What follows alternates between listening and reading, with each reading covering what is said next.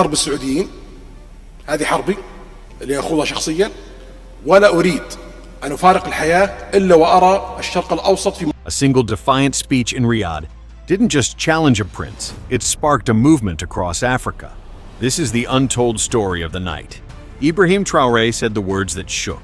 A continent, Africa leads itself.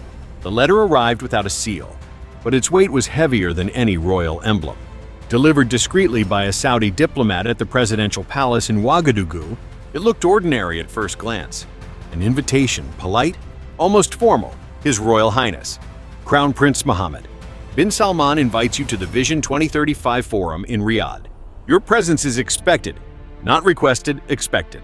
President Ibrahim Traoré stood at his office window when he read it, the city stretching beneath him under a hazy horizon. The formulation of the message echoed more like a summons than a courtesy. He disliked it instantly. A boy trudging barefoot down the road below, balancing a bucket of water twice his size, caught his eye. The child's burden looked more honest than the polished promises of the prince. His advisor, Marie, entered quietly. "Should we decline, sir?" Traoré didn't respond right away. The weight of the paper in his hand felt symbolic. Declining would mean defiance, but attending would mean stepping into a trap. He exhaled slowly. "No," he said finally, "we'll go." But not to obey. 3 days later, the presidential jet touched down in Riyadh. The reception was lavish, almost suffocating. Golden pillars, crystal chandeliers, fleets of black SUVs, cameras flashing like restless lightning. Delegates from across Africa filled the hall, their voices muffled under the shine of oil-funded grandeur. Banners hung high, proclaiming stability, progress, shared leadership. Inside the royal conference room, Crown Prince Mohammed bin Salman stood beneath a giant screen, his posture commanding, his smile carefully measured. He greeted warmly as Traoré entered, the revolutionary himself. Traoré inclined his head politely. "I came for a conversation, not a coronation." The prince's smile widened, smooth and unshaken. He gestured toward the long table draped in silk. "Then let's talk, my friend. We have a continent to shape." The banquet that followed glittered with excess. Plates the size of shields, forks plated in gold, chandeliers whose cost could fund rural hospitals for decades. But to Traoré, the greatest weight was not the opulence, but the silence of his fellow African leaders. They nodded politely, applauded lightly, while the prince spoke of partnership, of guidance, of a shared destiny shaped in Riyadh's image. Not one voice interrupted. Then MBS raised his glass. "We are at the dawn of a new Africa," he declared. An Africa turned toward vision, guided by experience. Saudi Arabia, with its stability, resources, and leadership, will help shape that future. Together we will lead Africa into its golden age. The room erupted in applause. Except for one man. Traoré remained still, his gaze fixed on the prince. The cameras caught it, the unwavering silence of a leader refusing to clap. MBS noticed. His tone shifted, edged with challenge. "President Traoré, surely you agree. Africa gains by being guided by those who have already achieved greatness. Your nation could prosper through our investments, our expertise. What is a revolution without resources?" A hush fell. Traoré rose slowly. His voice carried no anger, only conviction. "You speak of guidance as if we are blind. You speak of leadership as if we are lost. Excellence, Africa does not need shepherds. It needs memory. Memory of what we were before maps divided us, before foreign hands weighed upon us. Africa does not need to be led. It needs to be heard. And if you ask who leads Africa, the answer is simple. Africa leads itself." The silence that followed was heavier than the chandeliers. Some leaders shifted uncomfortably, eyes lowered. Others stared at their hands. Cameras rolled. Capturing the moment, a simple phrase cracked the polished surface of diplomacy. The prince's smile held, but its warmth evaporated. "Please sit," he said sharply. "We are allies here. No need for theater." Traoré sat, but the tension in the room had shifted. The applause no longer felt unanimous. A young minister from Malawi dropped her pen deliberately, a small gesture of acknowledgement that someone had finally spoken aloud, what many thought but feared to say. Later that night, in a private chamber away from the cameras, MBS met Traoré again. The setting was quieter, darker, stripped of spectacle. Only a polished table and a folder, bound with a golden clip, separated them. "Proposal," said the prince, sliding it forward. full financing for your national railway project. Zero interest. No repayment for 5 years. Your control remains intact. Traoré did not touch the folder, and in exchange, airspace, rights for our military, exclusive energy access, and alignment of your African Union vote with ours on key issues. Silence stretched. When Traoré finally opened the folder, the language was immaculate, precise, too clean. But buried deep in the fine print was a single phrase: resource exploitation rights subject to foreign, cooperative governance in emergencies, chains hidden beneath, polished contracts. Traoré closed it gently. You have built cities in the desert, but you bury chains in your contracts. The prince leaned forward, voice tightening. The world is run by influence, not ideals. If you want to feed your people, you need more than speeches. Traoré stood. My people have known famine, but they never sold their land to ease their hunger. My word is not for sale, and neither is my country. The next morning, a video leaked online. Grainy, shaky, but the audio clear. Traoré's voice rang, my word is not for sale, and my country is not for sale. Within hours, it spread across Africa like wildfire. Shared, reposted, subtitled, chanted. A spark ignited. In Accra, youths painted the words on walls. In Nairobi, students wore them on shirts. In Bamako, crowds shouted them in the streets. In Ouagadougou, thousands gathered before the presidential palace, not for food or work, but for pride. For once, they heard their leader speak the words they had long carried in silence. In Saudi media, the response was swift. Commentators called Traoré reckless, ungrateful, disrespectful. An editorial fumed, who is this soldier to defy a prince? But in Africa, another narrative was taking hold. One of awakening, of sovereignty, of a voice long suppressed rising into daylight. As Traoré's advisor Marie told him over the phone from Ouagadougou, her voice electric with conviction, I have never seen the people like this. They are not just proud. They are awake. You have started something.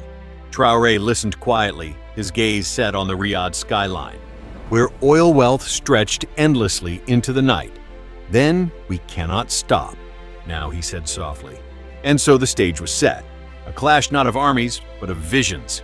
A battle waged not with weapons, but with words. A simple phrase had fractured the illusion of dependency, and from that fracture, light was spilling through.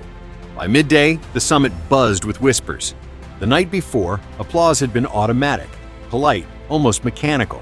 But after the leak, every corridor hummed with speculation. Delegations from Mali, Chad, and Ethiopia exchanged glances, their ministers quietly approaching Traoré's aides for private conversations. Some leaned in with subtle nods of respect. Others kept their distance, afraid of being caught in the orbit of a man now branded as both hero and troublemaker. At lunch, an elder statesman from East Africa stopped Traoré discreetly. You have made enemies, he warned softly. Traoré sipped his water, calm. Powerful ones. The man nodded, the most powerful. If the truth offends power, Traoré replied evenly, it is not the truth that must bend. The old leader studied him a moment longer, then smiled faintly, as if reminded of something long forgotten, before slipping back into the crowd. But the storm was only beginning. That afternoon, Saudi officials abruptly canceled all bilateral meetings with Burkina Faso, Mali, and Senegal. The announcement was delivered coldly, without explanation. But the intent was clear: pressure, retaliation. Adama, Traoré's head of security, leaned toward him in a corner of the conference hall. Sir, they may escalate. Economic sanctions, political isolation. Traoré's lips curved into the hint of a smile. Let them try. My people know the difference between pressure and poison. Meanwhile, in Ouagadougou, thousands filled the streets outside the presidential palace. Radios replayed his words every hour. Teachers turned the phrase into classroom discussions. A cafe owner taped the quote above his counter with the caption, Finally, someone speaks for us. The air was charged with something rare hope fused with defiance. But not everyone celebrated. In an upscale restaurant near the French embassy, 3 businessmen debated over glasses of imported wine. He is isolating us, one said bitterly, swirling the liquid in his glass. Which investor will come now? He already poisoned our future with his pride, added another. The third man, older, calmer, stared at the viral video playing silently on the wall screen. After a long pause, he murmured, Or perhaps he is curing a sickness that has been killing us quietly for decades. Back in Riyadh, Crown Prince Mohammed bin Salman gathered his closest advisors behind closed doors. His voice was sharp, stripped of the charm he wore in public. "He undermines our strategy," he snapped. "If others follow his lead, we lose not just influence, but the entire foundation of our presence in Africa." An aide asked cautiously, "What shall we do?" The prince's eyes narrowed. "Remind him that standing alone has consequences." The first domino had fallen, and with it, the rules of the summit shifted. Later that evening, Traore was summoned to a private debriefing with 3 senior Saudi officials.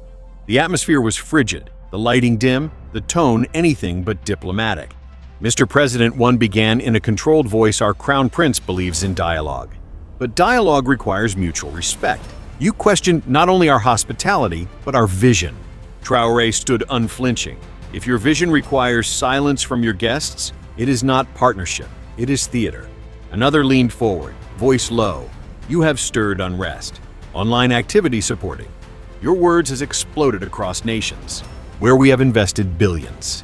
If this continues..." Traore cut him off. "What? You will withdraw funding, cancel projects, ask someone else to speak more softly." The room went still. The first official spoke again, his tone colder now. "We warn you, this path leads to isolation. To make your nation bear pressure alone is unwise." Traore stepped closer, placing both hands on the polished table between them. His voice remained calm, yet it cut like steel. "Do you think we have not endured worse? You threaten me with silence. But I come from a people who lived centuries in enforced silence. This time, our silence is finished." Without waiting for a reply, he turned and walked out, his guards scrambling to follow. Minutes later, Adama met him in the corridor, phone in hand, expression tense. "Mr. President, confirmation just arrived. 3 major Saudi investments in Burkina Faso have been canceled in the last hour." Traore nodded slowly. "Then we are lighter." The cancellations rippled across the summit. Ministers whispered, journalists speculated, delegations recalculated their stances. And yet, something unexpected began to happen. One by one, African ministers approached Traore's team in hushed tones. From Guinea, from Chad, from Ethiopia. "You said what we could not say," one envoy admitted. "Now we want to hear more." Traore's reply was steady, but with the faintest glint of fire in his eyes. "Then let us speak loudly." The war had shifted, no longer waged in contracts and handshakes. It now unfolded in words, in ideas, in the hearts of millions following the summit from afar. That night, the final televised session was held, a roundtable titled Future, Partnerships, Africa and the Gulf. The stage was polished, the script rehearsed, the moderators ready for a smooth, ceremonial discussion. But the script unraveled when, to the surprise of many, Traore was invited on stage. The British moderator, visibly uneasy, introduced him carefully. President Ibrahim Traoré of Burkina Faso, who has been at the center of much attention this week. "Mr. President, would you care to clarify your position?" Traoré adjusted his microphone, his voice steady but firm. "I do not need to clarify. I will repeat." He looked over the audience, a sea of robes, suits, and flashing cameras. Africa leads itself. A pause, not hostile, not awkward, just heavy. He continued, his words deliberate. "For decades, we have been told we need instruction, that our development depends on the wisdom of others, that our future must pass through the pipelines, the plans, the pockets of other nations. We have been offered aid tied with conditions, investments designed as cages, partnerships dressed as chains." Some in the audience shifted. Others leaned in. "I do not deny the right of nations to protect their interests. But I reject the idea that Africa must rent its future to pay for its present. Dialogue is welcome. Cooperation is possible. But let us be clear, dialogue cannot exist between a fist and an open hand." The moderator tried to intervene, but Traoré held the stage. His tone sharpened, each phrase landing like a strike. "Africa is not a prize to be divided among international bidders. It is not a pawn in another's strategy. It is a continent with its own spirit, its own destiny, its own voice. And that voice will not be sold." Some clapped quietly, others stayed still. But the cameras captured everything, and within minutes, the clips surged online. Africa leads itself. Traoré speaks. New African voice. Trending hashtags echoed across social media from Dakar to Dar es Salaam. from Johannesburg to Cairo. In the backstage corridors, a Gulf delegate whispered nervously, "We were not prepared for this. He is changing the script."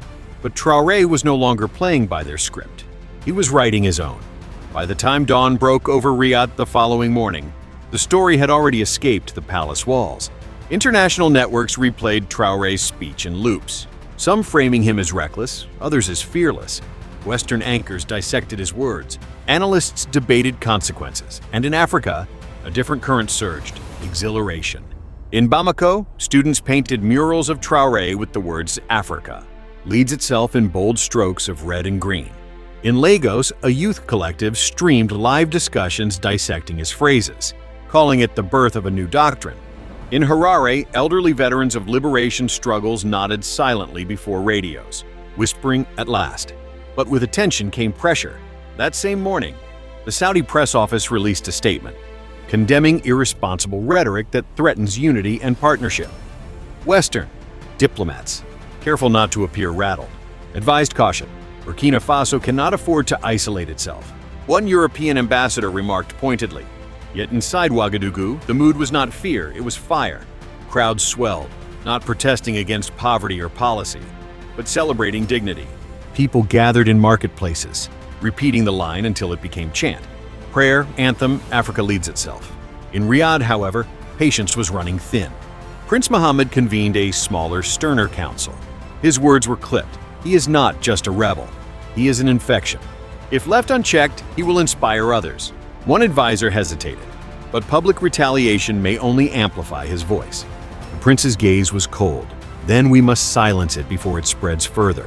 That evening, Traoré was invited to what was described as a final courtesy dinner. But the atmosphere was unmistakably different. The hall was quieter, the smiles tighter, the conversation brittle. Dishes were served, but few ate. MBS raised his glass.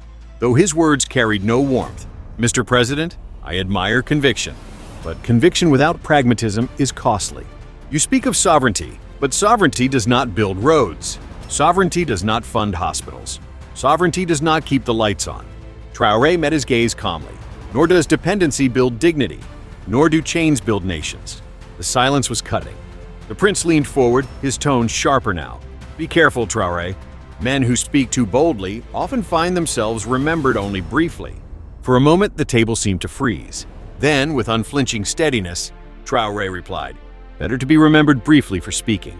Truth than forgotten forever for swallowing it." No more words were exchanged. The dinner ended in brittle politeness. On the flight back to Ouagadougou, Traoré sat in quiet reflection. His aide Marie leaned toward him. "You know what you've set in motion, don't you?" "Yes," he answered softly. "A storm, but a necessary one." The aircraft hummed steadily across the desert night, carrying not just a man, but a message now impossible to contain. By the time the jet touched African soil, the narrative had already shifted irreversibly. Journalists crowded airports, microphones thrust forward, headlines blazing "Africa leads itself." Commentators debated if this was the dawn of a Pan-Africanist revival or a dangerous gamble by a defiant soldier president. But in the streets, the people were less cautious. They danced, they painted, they sang. From Dakar to Addis Ababa, the phrase became rallying cry. "Graffiti slogan," whispered hope. It was not just about one man defying a prince. It was about reclaiming a voice long suppressed. And across the continent, leaders who had sat silently at the summit now faced a choice: to continue bowing politely or to stand straighter. Some issued guarded statements. Others remained silent, but in private. More than a few admitted the truth. A new era was being forced into existence. Weeks later, in a small school in Ouagadougou, a teacher asked her students a question: "Who leads Africa?" Dozens of hands shot up. And the answer, in one voice, was clear: "Africa leads itself." The teacher smiled, her eyes glistening. For her, it was not a slogan. It was a seed. Far away in palaces of wealth and power, strategies shifted. New contracts were rewritten with subtler language. Diplomats rehearsed softer tones. The storm had not overthrown the order overnight, but it had cracked the facade. And sometimes a crack is all it takes for light to enter. For Mohammed bin Salman, the words of that young African president remained an irritation, a thorn lodged in the smooth machinery of diplomacy. For Ibrahim Traoré, they were not words but a promise, heavy with responsibility. And for millions of Africans watching, they were something greater still. A reminder that their story was not written in Riyadh, Paris, Washington, or Beijing. It was written in Bamako, in Lagos, in Accra, in Kinshasa, in Ouagadougou. The battle was not over. It was only beginning. But a shift had occurred. A line had been drawn. And across the vast, restless continent, a new refrain echoed louder each day. Africa leads itself. Always had. Always will. If you believe Africa's future belongs to Africans, share this story, subscribe for more untold truths, and let the world hear your voice.